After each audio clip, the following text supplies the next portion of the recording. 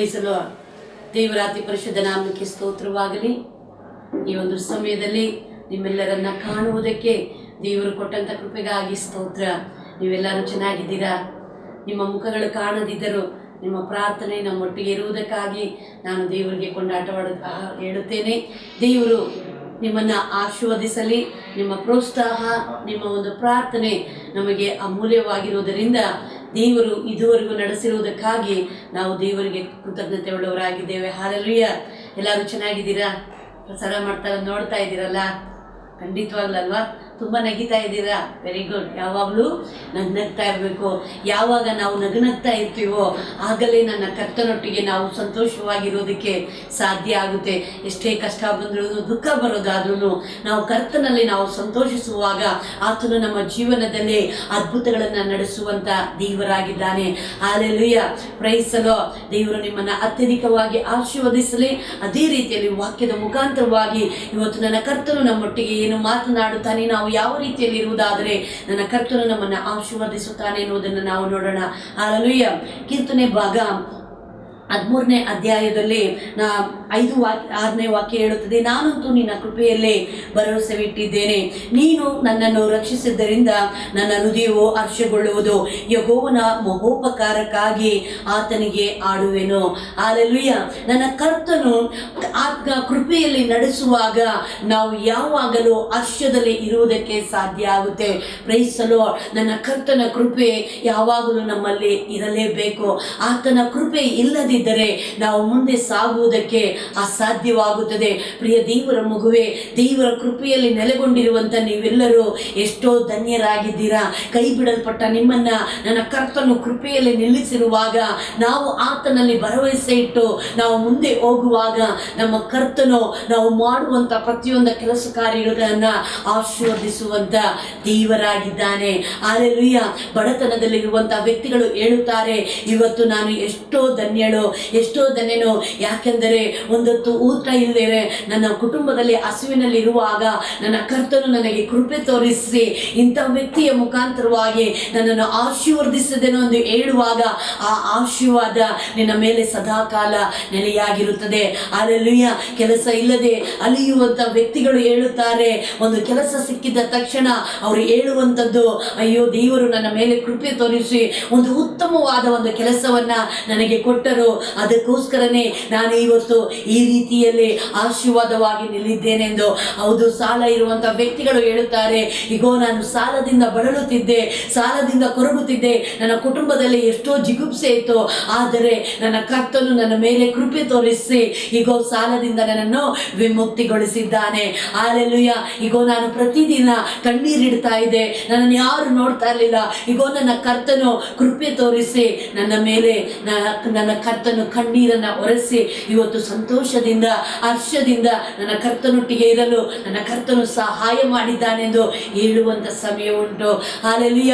ಅದೇ ರೀತಿಯಲ್ಲಿ ವಾಕ್ಯ ಹೇಳುತ್ತದೆ, ನಿನ್ನ ಕೃಪೆಯಲ್ಲಿ ಭರವಸೆ ಇಟ್ಟಿದ್ದೇನೆ. ಹೌದು, ನಾವು ಯಾವಾಗಲೂ ಕರ್ತನ ಕೃಪೆಯಲ್ಲಿ ನಾವು ಭರವಸೆ ಇಡಬೇಕು. ಪ್ರಿಯ ದೇವರ ಮಗುವೆ, ನನ್ನ ಕರ್ತನ ಕೃಪೆಯಲ್ಲಿ ನಾವು ಭರವಸೆ ಇಡದಿದ್ದರೆ ಜಿಗುಪ್ಸೆಗೆ ಒಳಗಾಗುತ್ತೇವೆ, ಕಷ್ಟದಲ್ಲಿ ಒಳಗಾಗುತ್ತೇವೆ, ನೋವಿನಲ್ಲಿ ಒಳಗಾಗುತ್ತೇವೆ. ಹಾಲೆಲೂಯ. ಆ ಕರ್ತನ ಕೃಪೆ ನಮ್ಮ ಮೇಲೆ ಇರುವಾಗ ನನ್ನ ಕರ್ತನು ಆಶೀರ್ವದಿಸಿ ನಡೆಸುವಂಥ ದೇವರು. ಅದೇ ರೀತಿಯಲ್ಲಿ ಆ ಕೃಪೆ ಮೇಲೆ ನಾವು ಭರವಸೆ ಇಟ್ಟುಕೊಂಡು ಹೋಗುವಾಗ ಎಂಥ ಇಕ್ಕಟ್ಟು ಬರುವುದಾದರೂ, ಎಂಥ ಒಂದು ನೋವು ಬರುವುದಾದರೂ ಅದರಲ್ಲಿ ನನ್ನ ಕರ್ತನು ರಕ್ಷಿಸುವಂಥ ದೇವರಾಗಿದ್ದಾನೆ. ಹಾಲೆಲೂಯ.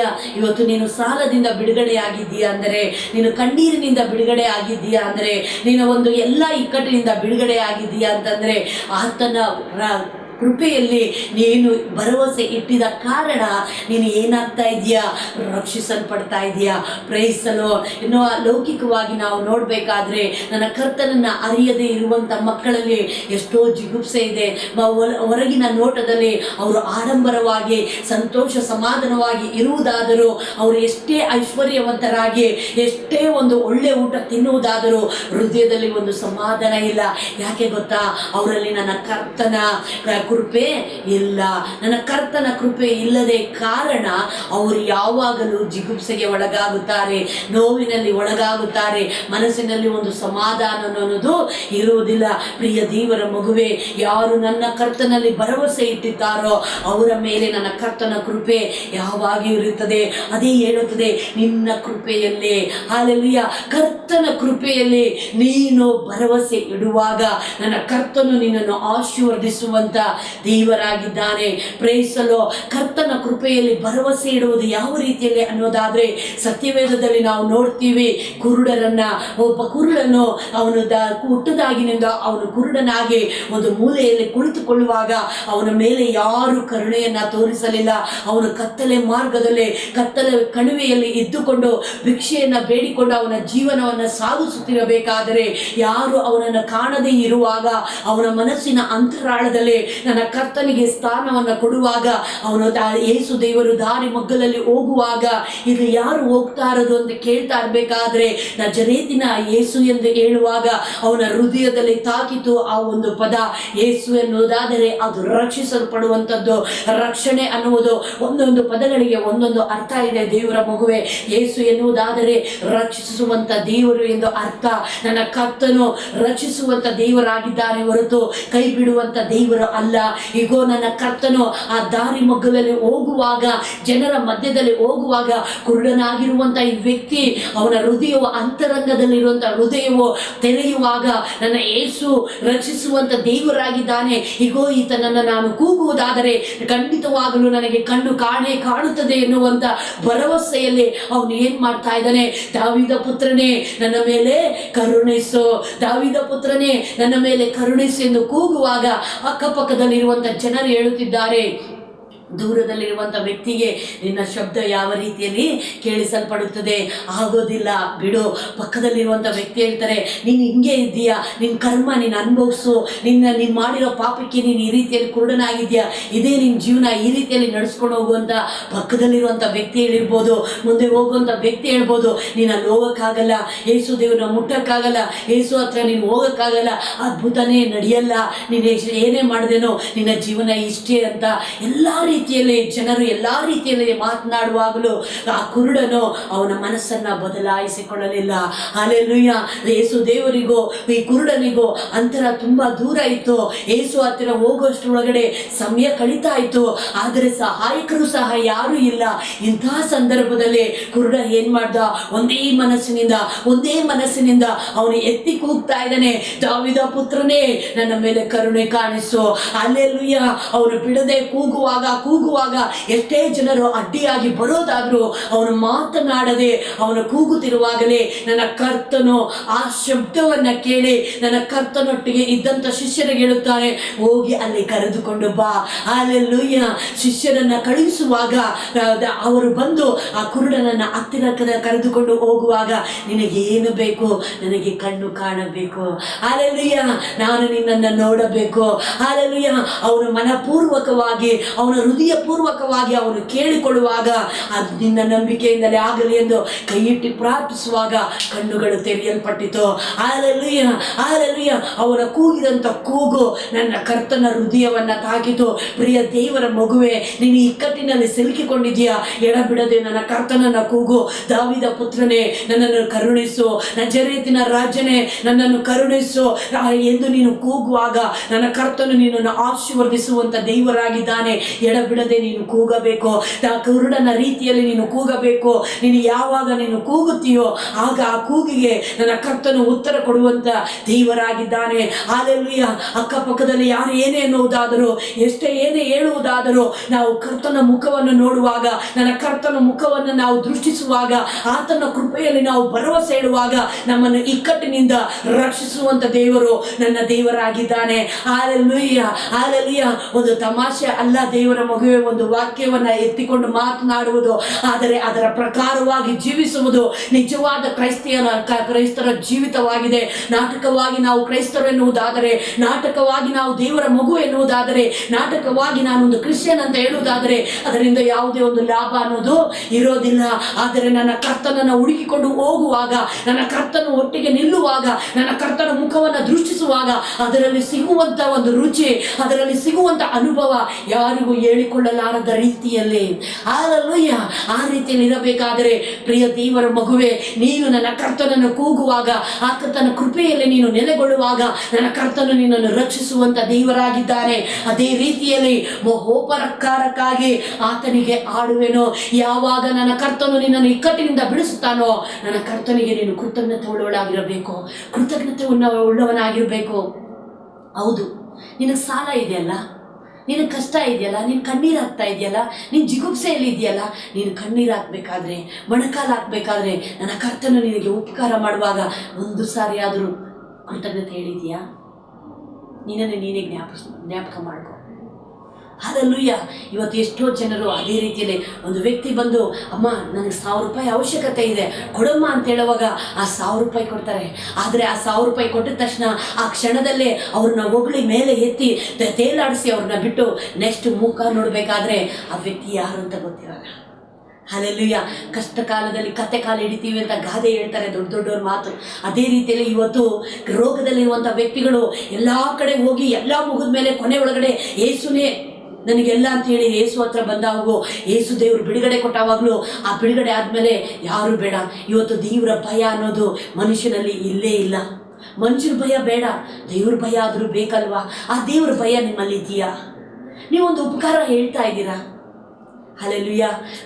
ಸತ್ಯವೇದದಲ್ಲಿದೆ, 10 ಜನ ಕುಷ್ಠರೋಗಿಗಳಿದ್ದರು, ಅದರಲ್ಲಿ 9 ಜನರು ಸ್ವಸ್ಥರಾಗಿ ಒಬ್ಬ ಮಾತ್ರ ಬಂದು ಕೃತಜ್ಞತೆ ಹೇಳಿದ. 9 ಜನರು ನಾಪತ್ತೆ ಆಗಿದ್ರು. ಇವತ್ತು ಯಾವ ಸ್ಥಿತಿಯಲ್ಲಿದ್ದೀರಾ? ಒಬ್ಬನ ರೀತಿಯಲ್ಲಿದ್ದೀರಾ, ಇಲ್ಲ 9 ಜನರಲ್ಲಿ ನಾಪತ್ತೆ ಆಗೋದ ರೀತಿಯಲ್ಲಿದ್ದೀರಾ? ಕಷ್ಟದಲ್ಲಿ ಮಾತ್ರ ನನ್ನ ದೇವ್ರು ಬೇಕಾ? ಕಷ್ಟದಲ್ಲಿ ಮಾತ್ರ ನನ್ನ ದೇವ್ರು ನಿನಗೆ ಉಪಕಾರ ಮಾಡಬೇಕಾ? ಅದು ಆದ ಮೇಲೆ ನನ್ನ ಕರ್ತನ ನಿನಗೆ ಬೇಡವಾ? ನೀನು ನೀಚ ಕೆಲಸ ಮಾಡ್ತಾ ಇರಬೇಕಾದ್ರೆ ನನ್ನ ಕರ್ತನ ನೆನಪು ನಿನಗೆ ಬರಲ್ವಾ? ತಪ್ಪು ಕೆಲಸ ಮಾಡ್ತಾ ಇರಬೇಕಾದ್ರೆ ನನ್ನ ಕರ್ತನ ನೆನಪು ನಿನಗೆ ಬರಲ್ವಾ?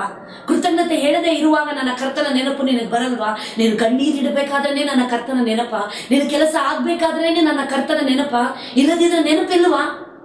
ಯಾರೇ ಆಗಿರ್ಬೋದು, ಈ ಸತ್ಯವೇದವನ್ನು ಹಿಡಿದಿರುವಂಥ ಯಾವುದೇ ಒಂದು ವ್ಯಕ್ತಿ ಆಗಿರ್ಬೋದು, ನನ್ನ ಕರ್ತನ ಮಾತಿಗೆ ವಿಧಿಯರಾಗಲಿಲ್ಲದಿದ್ದರೆ, ಕೃತಜ್ಞತೆ ಸಲ್ಲಿಸದಿದ್ದರೆ ಅವರು ನಾಯಿಗೆ ಸಮಾನ. ಯಾಕೆಂದರೆ ಕಣ್ಣೀರಿಡುವಾಗ, ಉಪವಾಸದಲ್ಲಿ ಇರುವಾಗ, ಹಸಿವೆಯಲ್ಲಿರುವಾಗ, ನೀನು ಬೀದಿಯಲ್ಲಿ ಸುತ್ತುವಾಗ, ನೀನು ಯಾರಿಗೂ ಬೇಡದವಳಾಗಿರುವಾಗ ನನ್ನ ಕರ್ತನ ಸನ್ನಿಧಿಯಲ್ಲಿ ಮೊಣಕಾಲಾಕಿ ಯೇಸುವಿನ ನಾಮದಲ್ಲಿ, ನಜರೇತಿನ ಯೇಸುವಿನ ನಾಮದಲ್ಲಿ ಎಂದು ಕೇಳುವಾಗ ನಿನಗೆ ಉತ್ತರ ಕೊಡುವಂತ ನನ್ನ ದೇವರನ್ನ ಅಲ್ಪ ಸಮಯದಲ್ಲಿ ಉಪಯೋಗಿಸಿ ನಂತರ ಒಂದು ಕಸದ ರೀತಿಯಲ್ಲಿ ನೀನು ಬಿಸಾಕುವಾಗ ನೀನು ಮನುಷ್ಯನಾಗುತ್ತೀಯಾ? ನನ್ನ ಕರ್ತನಿಲ್ಲಿ ಹೇಳುತ್ತಿದ್ದಾನೆ, ನಾವು ಇಲ್ಲಿ ಯೆಹೋವನಿಗೆ ಮಹೋಪಕಾರವನ್ನ ನಾವು ಮಾಡಬೇಕು, ಉಪಕಾರವನ್ನ ಸ್ತುತಿ ಮಾಡಬೇಕು, ಕೃತಜ್ಞತೆಯನ್ನು ಸಲ್ಲಿಸಬೇಕು. ನೀನು ಆಕ್ಸಿಡೆಂಟ್ ಆಗುವಂತ ಸಮಯದಲ್ಲಿ, ನೀನು ಸಾಲದಲ್ಲಿ ಇರುವಂತ ಸಮಯದಲ್ಲಿ, ನೀನು ದಾರಿ ಮಗ್ಗಲಲ್ಲಿ ಹೋಗುವಂತ ಸಮಯದಲ್ಲಿ, ನೀನು ಒಬ್ಬಟ್ಟಿಗನಾಗಿರುವಾಗ ನೀನು ಕಣ್ಣೀರಿಡಬೇಕಾದ್ರೆ ನನ್ನ ಕರ್ತನು ನಿನ್ನ ಕೂಗನ್ನ ಕೇಳಿ ಉತ್ತರ ಕೊಡುವಾಗ, ನಿನ್ನನ್ನು ರಕ್ಷಿಸುವಾಗ ಆತನಿಗೆ ಒಂದು ಉಪಕಾರವನ್ನ ನೀನು ಸಲ್ಲಿಸದಿದ್ದರೆ ನೀನು ಮನುಷ್ಯನಾ? ನೀನು ದೇವರ ಮಗುನಾ? ಹಲ್ಲೆಲೂಯಾ. ಪ್ರಿಯ ದೇವರ ಮಗುವೆ, ನನ್ನ ಕರ್ತನು ನಿನ್ನನ್ನು ಕೂಗಿ ಹೇಳುತ್ತಿದ್ದಾನೆ, ನೀನು ನನ್ನ ಕೃಪೆಯಲ್ಲಿ ಇರುವಾಗ, ನನ್ನಲ್ಲಿ ನೀನು ಭರವಸೆ ಇಡುವಾಗ, ನಾನು ಮಾಡುವಂತ ಕಾರ್ಯದಲ್ಲಿ ನೀನು ಕೃತಜ್ಞತೆಯಾಗಿರು. ಕೃತಜ್ಞತೆ ಹೇಳು, ಸಭೆಗೆ ಬಾ, ಸಾಕ್ಷಿಯನ್ನ ಕೊಡು. ಹಲ್ಲೆಲೂಯಾ. 10 ರೂಪಾಯಿ ಕೊಡೋದ್ರಲ್ಲಿ 20 ರೂಪಾಯಿ ಕೊಡು. ನನ್ನ ಕರ್ತನು ನಿನ್ನನ್ನು ಮಾನಿಸುವಂತ ದೇವರಾಗಿದ್ದಾನೆ. ಹಲ್ಲೆಲೂಯಾ. ಬೀದಿಯಲ್ಲಿರುವಂತ ಅನಾಥರಾಗಿರುವಂತ ಮಕ್ಕಳಿಗೆ ಏನಾದರೂ ಒಂದು ದಾನ ಮಾಡು, ದೇವರು ನಿನ್ನನ್ನು ನಡೆಸುತ್ತಾನೆ. ನಿನ್ನ ಜೀವನದಲ್ಲಿ ಮಾಡುತ್ತಿರುವಂತಹ ಎಲ್ಲೋ ಹೀನ ಸ್ಥಿತಿಯಲ್ಲಿ ಇದ್ದಂತ ನಿನ್ನನ್ನು ನನ್ನ ಕರ್ತನು ಉನ್ನತವಾದ ಸ್ಥಿತಿಯಲ್ಲಿ ಇರುವಾಗ ಬೇರೆ ಒಂದು ಮಕ್ಕಳಿಗೆ ನೀನು ಉಪಕಾರ ಮಾಡುವಾಗ, ನನ್ನ ಕರ್ತನ ನಾಮದಲ್ಲಿ ನೀನು ಮಾಡುವಾಗ ನನ್ನ ಕರ್ತನು ನಿನ್ನನ್ನು ಆಶೀರ್ವದಿಸುವಂತ ದೇವರಾಗಿದ್ದಾನೆ. ಹಲ್ಲೆಲೂಯಾ. ಹಲ್ಲೆಲೂಯಾ. ಪ್ರಿಯ ದೇವರ ಮಗುವೆ, ನಾವು ಯಾವ ರೀತಿಯಲ್ಲಿ ಮಾಡುತ್ತೇವೋ ಅದೇ ರೀತಿಯಲ್ಲಿ ನನ್ನ ಕರ್ತನು ನಡೆಸುವಂತ ದೇವರಾಗಿದ್ದಾನೆ. ನೀನು ಅಳೆಯುವ ಅಳತೆಯಿಂದಲೇ ನಾನು ನಿನ್ನನ್ನು ಅಳೆಯುತ್ತೇನೆ. ಯಾವ ರೀತಿ ಅಳಿತಾ ಇದೆಯಾ? ಯಾವ ರೀತಿಯಲ್ಲಿ ನೀನು ನೋಡ್ತಾ ಇದೆಯಾ? ಯಾವ ರೀತಿಯಲ್ಲಿ ಮನುಷ್ಯರೊಟ್ಟಿಗೆ ನೀನು ಬೆಳೀತಾ ಇದೆಯಾ? ಯಾವ ರೀತಿಯಲ್ಲಿ ನೀನು ಕಾಣ್ತಾ ಇದೆಯಾ? ಒಂದು ದೊಡ್ಡವರು, ಒಂದು ಚಿಕ್ಕವರು, ಒಂದು ಹಿರಿಯರನ್ನುವಂತ ಗೌರವ ನಿನ್ನಲ್ಲಿದೆಯಾ? ಹಲ್ಲೆಲೂಯಾ. ನನ್ನ ಕರ್ತನು ಹೇಳುತ್ತಿದ್ದಾನೆ, ನಾನಂತೂ ನಿನ್ನ ಕೃಪೆಯಲ್ಲಿ, ದಾವೀದನು ಹೇಳುತ್ತಿರುವುದು, ನಾನಂತೂ ನಿನ್ನ ಕೃಪೆಯಲ್ಲೇ ಭರವಸೆ ಇಟ್ಟಿದ್ದೇನೆ. ಅವನು ಎಲ್ಲಾ ರೀತಿಯಲ್ಲಿ ನೋಡ್ದ ದಾವೀದ, ಎಲ್ಲಾ ರೀತಿಯಲ್ಲಿ ರುಚಿಸ್ದ, ನೋಡ್ದ, ಯಾವುದು ಪ್ರಯೋಜನ ಆಗಿಲ್ಲ. ಕೊನೆಯೊಳಗಡೆ ದಾವೀದನು ಹೇಳ್ತಾ ಇದ್ದಾನೆ, ಇದೆಲ್ಲ ವೇಸ್ಟ್.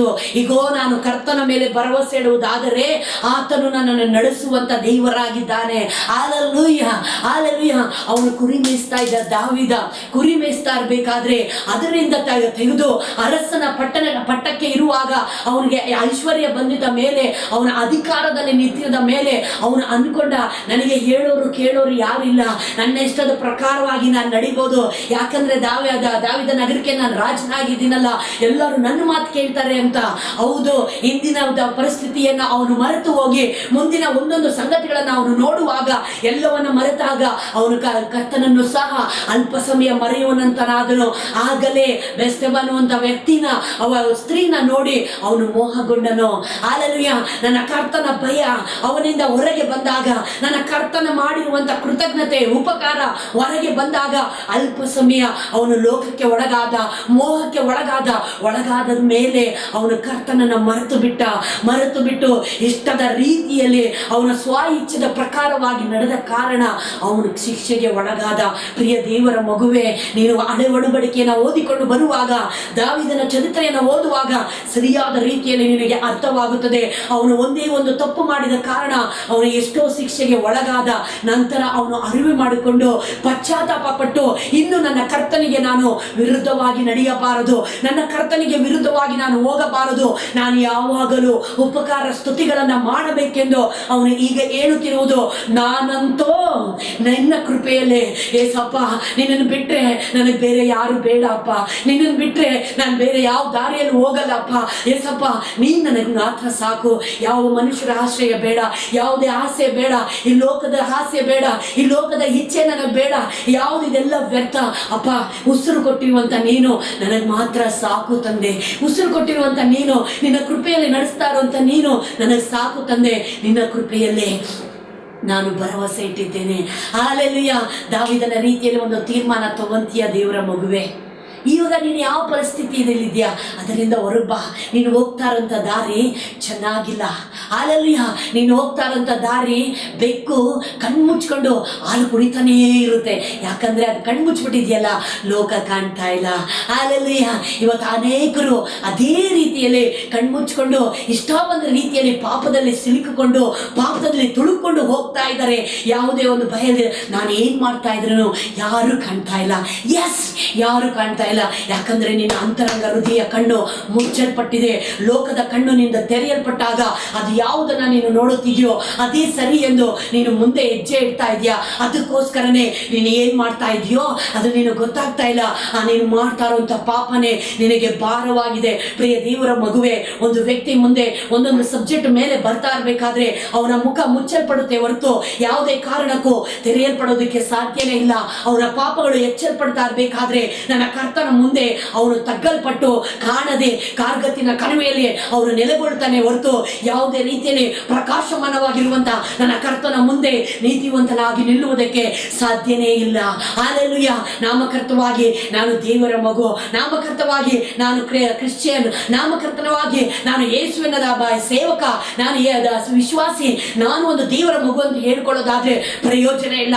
ಆದರೆ ನೀನು ಮಾಡುತ್ತಿರುವುದು ನನ್ನ ಕರ್ತನ ಮುಂದೆ ಮುಚ್ಚಲ್ಪಡ್ತಾ ಇದ್ದ ಕಾರಣ ನೀನು ಯಾರು ಅಂತ ನನ್ನ ಕರ್ತನು ಗಮನಿಸೋದಕ್ಕೆ ಸಾಧ್ಯನೇ ಇಲ್ಲ. ಇಲ್ಲಿಗ ಸತ್ಯವೇದದಲ್ಲಿ ನೋಡುತ್ತೇವೆ, 10 ಮಂದಿ ಕನ್ಯರನ್ನ, ಬುದ್ಧಿಯುಳ್ಳ ಕನ್ಯಕರು ಎಣ್ಣೆಯನ್ನ ದೀಪವನ್ನ ತಯಾರು ಮಾಡ್ಕೊಂಡಿರ್ಬೇಕಾದ್ರೆ ನನ್ನ ಕರ್ತನು ಬರುವಾಗ ಅವರು ಸಿದ್ಧವಾದರು. ಕರ್ತನ ಬರುಣದಲ್ಲಿ ಅವರು ಎತ್ತಲ್ಪಟ್ಟರು. 5 ಅವಿದ್ಯಾವಂತರು, ಅವರು ಬುದ್ಧಿ ಇಲ್ಲದೆ ಇರುವಂತ ವ್ಯಕ್ತಿಗಳು ಕೈ ಬಿಡುವಾಗ ಅವರು ಎಲ್ಲವನ್ನ ತಯಾರು ಮಾಡಿಕೊಂಡು ಹೋಗಿ ಅವರು ಬಾಗಿಲನ್ನ ತಟ್ಟಿದರು. ಈಗೋ ನಾವು ಸಿದ್ಧವಾಗಿ ಬಂದಿದ್ದೇವೆ. ಆಗ ನನ್ನ ಕರ್ತನು ವೆಲ್ಕಮ್ ಮಾಡಲಿಲ್ಲ. ಅಯ್ಯೋ, ತಡವಾಗಿ ಬಂದಿದ್ದೀರಲ್ಲ, ಪರವಾಗಿಲ್ಲ ಬನ್ನಿ ಅಂತ ಒಳಗಡೆ ಸೇರ್ಕೊಳ್ಳಿಲ್ಲ. ನೀವ್ಯಾರೋ ನನಗೆ ಗೊತ್ತಿಲ್ಲ ಅಂತ ಹೇಳಿ ಬಾಗಿಲು ಮುಚ್ಚಲ್ಪಡೋದನ್ನ ನಾವು ಸತ್ಯವೇದದಲ್ಲಿ ನೋಡ್ತೀವಿ. ಪ್ರಿಯ ದೇವರ ಮಗುವೆ, ನಿನ್ನ ಜೀವನ ಭಾಗ ಮುಚ್ಚಲ್ಪಡೋದಾದರೆ ಪ್ರಯೋಜನವೇ ಇಲ್ಲ. ಈಗ ನಿನಗೊಂದು ಒಳ್ಳೆ ಸಮಯ, ಆ ಸಮಯವನ್ನು ನೀನು ಎತ್ತಿ ಹಿಡಿಯುವುದಾದರೆ ನನ್ನ ಕರ್ತನ ಕೃಪೆ ನಿನ್ನ ಮೇಲೆ ಸದಾ ಇರುತ್ತೆ. ಅಲ್ಲೆಲೂಯಾ. ನೀನು ಕೂಗುವಾಗ ನನ್ನ ಕರ್ತನು ಉತ್ತರ ಕೊಡುತ್ತಾನೆ. ಉತ್ತರ ಕೊಡುವಂಥ ದೇವರನ್ನ ನೀನು ತಳ್ಳಿ ಬಿಟ್ಟುಕೊಂಡು ನಿನ್ನ ಸ್ವಂತ ಇಚ್ಛದ ಪ್ರಕಾರವಾಗಿ ನೀನು ಹೋಗುವುದಾದರೆ ನಿನ್ನ ಸಮಯ ಹತ್ತಿರವಾಯಿತು. ಮತ್ತೆ ನೀನು ಎದ್ದು ನಿಂತುಕೊಳ್ಳುವುದಕ್ಕೆ ಸಾಧ್ಯನೇ ಇಲ್ಲ. ಹಲ್ಲೆಲೂಯಾ. ಎಷ್ಟೋ ಜನರು ಹೇಳ್ತಾರೆ, ಎಷ್ಟೋ ಜನರು ನಿನ್ಗೆ ಉಪದೇಶ ಮಾಡ್ತಾರೆ, ಎಷ್ಟೋ ಜನರು ನೀನು ಹೋಗ್ತಾ ಇರೋದು ದಾರಿ ಸರಿಯಿಲ್ಲ ಅಂತ ಹೇಳ್ತಾರೆ. ನಿನಗೆ ಆಪೋಸಿಟ್ ಆಗಿ ಹೇಳ್ತಾರೆ, ಧೈರ್ಯವಾಗಿ ಮುಂದೆ ಹೇಳೋದಕ್ಕಾಗಿಲ್ಲ ಅಂದ್ರೇನು ಹಿಂದೆ ಹೇಳ್ತಾರೆ, ನೀನು ಹೋಗ್ತಾ ಇರೋಂಥದ್ದು ಮಾರ್ಗ ಚೆನ್ನಾಗಿಲ್ಲ ಅಂತ. ಇರೋ ನೀನು ಧೈರ್ಯವಾಗಿ ಹೇಳೋದಾದ್ರೂ ಮುಂದೆ ಹೇಳೋದಾದ್ರೂ ನೀನು ಅರ್ಥ ಮಾಡ್ಕೊಳ್ದಿರಿದ್ರೆ ವೇಸ್ಟು, ಅವ್ರಿಗಲ್ಲ ನಿನಗೆ. ಹಲ್ಲೆಲೂಯಾ. ಇವತ್ತು ನೀನು ಯಾವ ರೀತಿಯಲ್ಲಿ ಇದೆಯಾ? ನೀನು ಯಾವ ರೀತಿಯಲ್ಲಿ ಮುಂದೆ ಹೋಗ್ತಾ ಇದೆಯಾ? ಒಂದು ಉತ್ತಮವಾದ ಸ್ಥಾನದಲ್ಲಿ ನೀನು ಇರೋದಾದ್ರೂ ನಿನ್ನ ಮನಸ್ಸಿನ ಸಾಕ್ಷಿಗೆ ತಕ್ಕ ರೀತಿಯಲ್ಲಿ ನೀನು ನಡೀತಾ ಇದೆಯಾ? ಪರೀಕ್ಷೆ ಮಾಡು. ಹಲ್ಲೆಲೂಯಾ. ಒಂದು ಒಳ್ಳೆ ಸ್ಥಾನದಲ್ಲಿ ನೀನು ನಿಲ್ಲೋದಾಗಿರೋ, ಒಂದು ಗಣ್ಯ ವ್ಯಕ್ತಿ ಆಗಿರೋದಾದ್ರೂ, ನಿನ್ನ ಕುಟುಂಬದಲ್ಲಿ ಒಂದು ಒಳ್ಳೆ ಸ್ಥಾನವನ್ನು ನೀನು ಪಡೆದಿರೋದಾದ್ರೂ ನಿನ್ನ ಮನಸ್ಸಾಕ್ಷಿಗೆ ನೀನು ಸರಿಯಾಗಿದ್ದೀಯಾ? ಯೋಚನೆ ಮಾಡು. ಹಲ್ಲೆಲೂಯಾ. ನನ್ನ ಕರ್ತನು ಹೇಳುತ್ತಿರುವುದು, ನಿನ್ನ ಮನಸ್ಸಾಕ್ಷಿಗೆ ನೀನು ವಿರುದ್ಧವಾಗಿ ನೀನು ನಡೆಯುವಾಗ ನನ್ನ ಕರ್ತನ ಕೃಪೆ ನಿನ್ನಲ್ಲಿರೋದಕ್ಕೆ ಸಾಧ್ಯನೇ ಇಲ್ಲ. ದಾವೀದನು ಮನಸ್ಸಾಕ್ಷಿಗೆ ಚುಚ್ಚಿದ ರೀತಿಯಲ್ಲಿ ಅವನು ತಪ್ಪು ಮಾಡಿದ ಕಾರಣ ಅವನು ದೇವರ ಒಂದು ಕೃಪೆಯನ್ನು ಹೊಂದ್ಕೊಳ್ಳೋದಕ್ಕೆ ಸಾಧ್ಯನೇ ಆಗಿಲ್ಲ. ಆ ನಂತರ ಅವನಿಗೆ ಅರ್ಥ ಆಯಿತು, ನನ್ನ ಕರ್ತನ ಕೃಪೆ ಇಲ್ಲದಿದ್ದರೆ ನಾನೊಂದು ಸ್ಥಾನಕ್ಕೆ ಬರೋದಕ್ಕೆ ಸಾಧ್ಯನೇ ಇಲ್ಲ. ಆಗಲೇ ಅವನು ಪಶ್ಚಾತ್ತಾಪ ಪಟ್ಟ. ಕೀರ್ತನೆ ಭಾಗದಲ್ಲಿ ಹೇಳುತ್ತೆ, ಕುಗ್ಗಿದ ಮನಸ್ಸೇ ಇಷ್ಟವಾದ ಯಜ್ಞ. ನೀನು ಎಷ್ಟೇ ಯಜ್ಞಗಳನ್ನು ಮಾಡೋದಾದ್ರೂ ನಿನ್ನ ಮನಸ್ಸು ಕುಗ್ಗಿಲ್ಲ ಅಂತಂದರೆ ಪ್ರಯೋಜನವೇ ಇಲ್ಲ.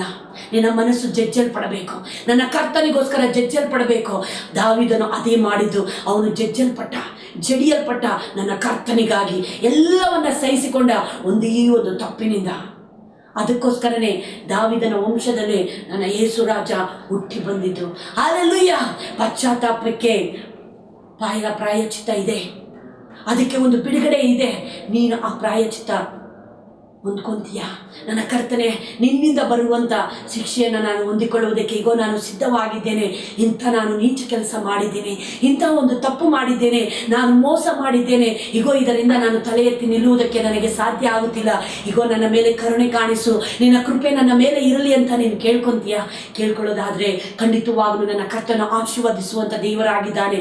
ಇರುವಂಥ ಸ್ಥಳದಲ್ಲಿ ನೀನು ಕಣ್ಣು ಮುಚ್ಚುವುದಾದರೆ ನಾನು ನಿನಗೋಸ್ಕರ ಪ್ರಾರ್ಥಿಸುತ್ತೇನೆ. ಅಗಮ್ಯವಾದ ಬೆಳಕಿನಲ್ಲಿ ವಾಸ ಮಾಡಿದಂಥ ನನ್ನ ಸರ್ವಶಕ್ತನಾದ ದೇವರೇ, ನಿನ್ನ ಅತಿ ಪರಿಶುದ್ಧ ನಾಮಕ್ಕೆ ಸ್ತೋತ್ರ. ಅಪ್ಪ, ನಿನ್ನ ಮಕ್ಕಳೊಟ್ಟಿಗೆ ನೀನು ಮಾತನಾಡಿದಕ್ಕಾಗಿ ಸ್ತೋತ್ರ. ನಿನಗೆ ವಿರುದ್ಧವಾಗಿ ನಡೆಯುವಂಥ ಅಪ್ಪ ನೀಚ ಕೆಲಸದಿಂದ ಹೊರಬರುವಂತೆ, ಅಪ್ಪ ದ್ರೋಹದಿಂದ ಹೊರಬರುವಂತೆ, ಅಪ್ಪ ಪಾಪದಿಂದ ಹೊರಬಂದು ನಿನಗೋಸ್ಕರ ಅಪ್ಪ ನೀತಿವಂತರಾಗಿ ಜೀವಿಸುವಂತೆ ಸಹಾಯ ಮಾಡು. ನಿನ್ನ ಕೃಪೆ ಅಪ್ಪ ನಿನ್ನ ಮಕ್ಕಳ ಮೇಲೆ ಇಳಿದು ಬರಲಿ. ಈಗೋ ಕರ್ತನೆ, ದಾವೀದನು ನಾನಂತೂ ನಿನ್ನ ಕೃಪೆಯಲ್ಲೇ ಭರವಸೆ ಇಟ್ಟಿದ್ದೇನೆ ಎಂದು ಹೇಳಿರುವ ಪ್ರಕಾರವಾಗಿ ಅವನು ಪಶ್ಚಾತ್ತಾಪ ಪಟ್ಟು ಕಣ್ಣೀರಿನಿಂದ ಕೂಗಿ ಕೇಳಿಕೊಳ್ಳುವಾಗ ಅವನ ಮೇಲೆ ಯಾವ ರೀತಿಯಲ್ಲಿ ನೀನು ಕೃಪೆ ತೋರಿಸಿ ಅವನ ಮಾರ್ಗಗಳನ್ನು ಸರಾಗ ಮಾಡಿ ದಾವೀದನ ವಂಶದಲ್ಲಿ ಹುಟ್ಟಿ ಬಂದಿಯೋ ಅದೇ ರೀತಿಯಲ್ಲಿ ಕರ್ತನೆ, ತಲೆಬಾಗಿರುವಂತ ಪ್ರತಿಯೊಂದು ಮಕ್ಕಳನ್ನ ನೀನು ಮುಟ್ಟುವಂತನಾಗು, ಅವರನ್ನು ನೀನು ಆಶೀರ್ವದಿಸುವಂತನಾಗು. ಅವರ ಮೇಲೆ ನಿನ್ನ ಕೃಪೆ ಅಪ್ಪ ಇಳಿದು ಬರಲಿ ರಾಜ್ಯ. ಅಪ್ಪ, ಎಂತ ಇಕ್ಕಟ್ಟಿನಿಂದ ಇರುವುದಾದರೂ ಆ ಎಲ್ಲ ಇಕ್ಕಟ್ಟಿನಿಂದ ಹೊರಬಂದು ಹೊಸ ಆಶೀರ್ವಾದವನ್ನು ಹೊಂದಿಕೊಂಡು ಹೊಸ ಜೀವನವನ್ನ ನಡೆಸುವುದಕ್ಕೆ ಅಪ್ಪ ಅವರನ್ನು ನೀನು ಆಶೀರ್ವದಿಸಿ ಅನುಗ್ರಹಿಸಬೇಕಾಗಿ ಯೇಸುವಿನ ನಾಮದಲ್ಲಿ ಪ್ರಾರ್ಥಿಸ್ತೇನೆ ರಾಜ್ಯ. ನಿನ್ನ ಮಕ್ಕಳು ಎಲ್ಲ ತಪ್ಪುಗಳನ್ನ ತಿದ್ದುಕೊಂಡು ಅಪ್ಪ ಎಲ್ಲ ಪಾಪದಿಂದ ಹೊರಬಂದು ಹೊಸ ಜೀವನವನ್ನ ಅಪ್ಪ ನಡೆಸುವುದಕ್ಕೆ, ಅಪ್ಪ ನಿನ್ನ ಪರಿಶುದ್ಧತೆಯಲ್ಲಿ ಜೀವಿಸುವುದಕ್ಕೆ ಅವರನ್ನು ನೀನು ಆಶೀರ್ವದಿಸಿ ಅನುಗ್ರಹಿಸಬೇಕಾಗಿ ಯೇಸುವಿನ ನಾಮದಲ್ಲಿ ಪ್ರಾರ್ಥಿಸ್ತೇನೆ ತಂದೆ. ಆಮೇನ್. ಪ್ರಿಯ ದೇವರ ಮಕ್ಕಳೇ, ನನ್ನ ಕರ್ತನು ನಿಮ್ಮೊಟ್ಟಿಗೆ ಮಾತನಾಡುತ್ತಿದ್ದಾನೆ. ನನ್ನ ಕರ್ತನ ಕೃಪೆ ನಮಗೆ ಯಾವಾಗಲೂ ನೆಲೆಯಾಗಿರಬೇಕು. ಯಾವಾಗ ಆ ಕೃಪೆ ನೆಲೆಯಾಗಿರುತ್ತೋ ಆಗಲೇ ನಾವು ಎಲ್ಲ ಇಕ್ಕಟ್ಟಿನಿಂದ ರಕ್ಷಿಸಲ್ಪಡೋದಕ್ಕೆ ಸಾಧ್ಯ ಆಗುತ್ತೆ. ಮನುಷ್ಯನ ಮೇಲೆ ಭರವಸೆ ಇಟ್ಟುಕೊಂಡು, ಈ ಲೋಕದ ಮೇಲೆ ಭರವಸೆ ಇಟ್ಟುಕೊಂಡು ಇಷ್ಟದ ರೀತಿಯಲ್ಲಿ ನಾವು ಹೋಗುವುದಾದರೆ ನನ್ನ ಕರ್ತನ ರಕ್ಷಣೆ ನಮ್ಮಿಂದ ತೆಗೆಯಲ್ಪಡುತ್ತೆ. ಆ ಒಂದು ರೀತಿಯಲ್ಲಿ ನೀವು ಆಗದೆ ನನ್ನ ಕರ್ತನ ರಕ್ಷಣೆ ಯಾವಾಗಲೂ ನಿಮ್ಮಲ್ಲಿ ನೆಲೆಗೊಳ್ಳುವುದಕ್ಕೆ ನನ್ನ ಕರ್ತನ ಕೃಪೆಯಲ್ಲಿ ನೀವು ನೆಲೆಗೊಳ್ಳಬೇಕು ಅಂತ ನಾನು ಕೇಳ್ಕೊಂತೀನಿ. ದೇವರು ನಿಮ್ಮನ್ನ ಆಶೀರ್ವದಿಸಲಿ. ಆಮೇನ್.